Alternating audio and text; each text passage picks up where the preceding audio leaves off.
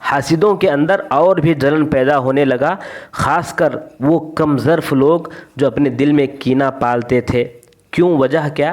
کہ وہ ظالم تھے، وہ جابر تھے، اور آپ چونکہ قاضی ہیں تو ان کو روکتے تھے، ان کو جو ہے ظلم سے روکتے تھے، ان کو سخت سزائیں دیتے تھے۔ اس لیے یہ ظالم و جابر لوگ آپ کے خلاف پروپیگنڈے کرنے لگے، آپ کے خلاف اپنے دل میں کینہ جو ہے پالنے لگے۔ یہ کم ظرف لوگ، یہ ہر دور میں ہوتا ہے کہ لوگ جب کوئی آدمی بڑا بن جاتا ہے تو اس کے خلاف میں جو ہے کینہ کپٹ کرنے لگتے ہیں۔ آپ خود اپنی کتاب العواصم القواسم میں فرماتے ہیں کہ میں لوگوں کو نماز کا پابند بناتا گیا، امر بالمعروف والنہی عن المنکر کا دعوت میں دیتا گیا تو لوگ خود میرے خلاف ہو گئے۔ جن کو پسند نہیں تھا، جن کو جو ہے یہ تمام چیزیں پسند نہیں تھیں، وہ لوگ میرے خلاف ہو گئے اور میرے خلاف میں پروپیگنڈے کرنے لگے، میرے خلاف میں باتیں کرنے لگے۔ اور ہوا حال ایسا کہ آپ کی آخری عمر میں جس طرح عثمان رضی اللہ تعالی عنہ کے ساتھ ہوا تھا، وہی معاملہ آپ کے ساتھ ہوا۔ لوگوں نے آپ کے خلاف بغاوت کی اور آپ کے گھر پر حملہ کر کے باقاعدہ آپ کو نکالنے کی بہت سے سازشیں کی لوگوں نے۔ اور آپ فرماتے ہیں کہ مجھے خود قضات سے نکال دیا گیا یا خود نکل گئے، دو میں سے کچھ ہوا۔ اس کے بعد پھر آپ قرطبہ چلے گئے۔ قرطبہ جانے کے بعد آپ چونکہ علم والے تھے، صاحب علم تھے، آپ کے پاس علم کا سمندر تھا، تو لوگ وہاں بھی آنے لگے، آپ کے تلامذہ اور بھی بڑھنے لگے۔ اس طرح آپ کا انتقال 540 پر 3 ہجری میں ہوا۔ انا للہ و انا الیہ راجعون۔ آپ جو کتابیں چھوڑ کر گئے ہیں اپنے پیچھے، آئیے ان کتابوں کے بارے میں سرسری طور پر ہم صرف نام گناتے ہیں۔ نمبر 1، عارضۃ الاحوذی شرح جامع الترمذی، انوار الفجر فی تفسیر القرآن، احکام القرآن، الناسخ والمنسوخ فی القرآن، مشکل الکتاب و مشکل السنہ، کتاب النیرین فی الصحیحین، القبس فی شرح موطأ مالک بن انس، ترتیب المسالک فی شرح موطأ مالک، العواصم من القواسم، شرح حدیث ام زرع، المحصول فی علم الاصول، الانصاف فی مسائل الخلاف، شرح غریب الرسالہ لابن ابی زید القیروانی، نواہی الدواہی، سراج المریدین، تخلیص التلخیص، ترتیب الرحلہ للترغیب فی الملہ۔